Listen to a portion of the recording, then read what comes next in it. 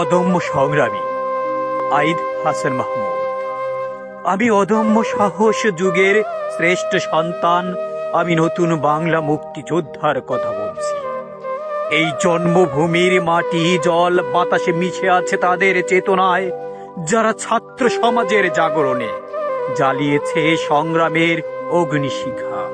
আমি বলছি সেই ছাত্রদের কথা, যারা রক্তের বিনিময়ে গড়ে তুলেছে মুক্তির পথ, যাদের শপথ ছিল স্বাধীনতা। তাদের হাতে ছিল বই, কলমে ছিল বুদ্ধির শান, তবু প্রয়োজনে অস্ত্র তুলে দাঁড়িয়েছিল যুদ্ধে। তাদের চোখে ছিল আগুন, হৃদয়ে ছিল বিদ্রোহ।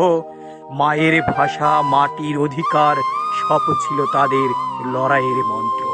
তাদের চেষ্টায় ঝরেছিল বুলেটের ঝাঁপি, কিন্তু তাদের সাহস থামেনি, তারা থামেনি মৃত্যুর মুখে। তাদের কণ্ঠে ছিল বজ্র নিনাদ, পথে পথে ছিল পদচারণা।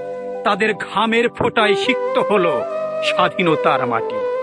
যারা বুকের তাজা রক্তে রাঙিয়েছে লাল সবুজের পতাকা, তাদের কথা বলছি, যারা ছিল নতুন যুগের সত্যিকার মুক্তিযোদ্ধা।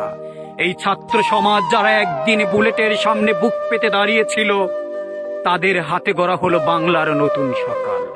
তারা ছিল অগ্নিযুগের সন্তান। তাদের সংগ্রামের গল্পে মিশে আছে সাহসিকতার ধীর চিহ্ন।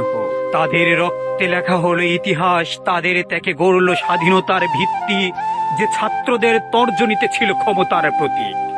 আমি সেই নতুন বাংলার সত্যিকার মুক্তিযোদ্ধার কথা বলছি। তাদের রলাই শুধু অস্ত্রের ছিল না, তাদের রলাই ছিল চিন্তার, বুদ্ধির অধিকার প্রতিষ্ঠার। তারা দেখিয়েছে নতুন পথ, তারা গড়েছে আমাদের এই স্বপ্নময় স্বাধীনতা। তাদের পথে আজ আমরা হাঁটছি, তাদের স্বপ্নে আমরা দেখছি নতুন দিনের আলো। আমি সেই ছাত্র সমাজের কথা বলছি, যাদের ত্যাগে আমরা পেয়েছি এই স্বাধীন বাংলা, যাদের রক্তে আজ আমরা গর্বিত জাতি।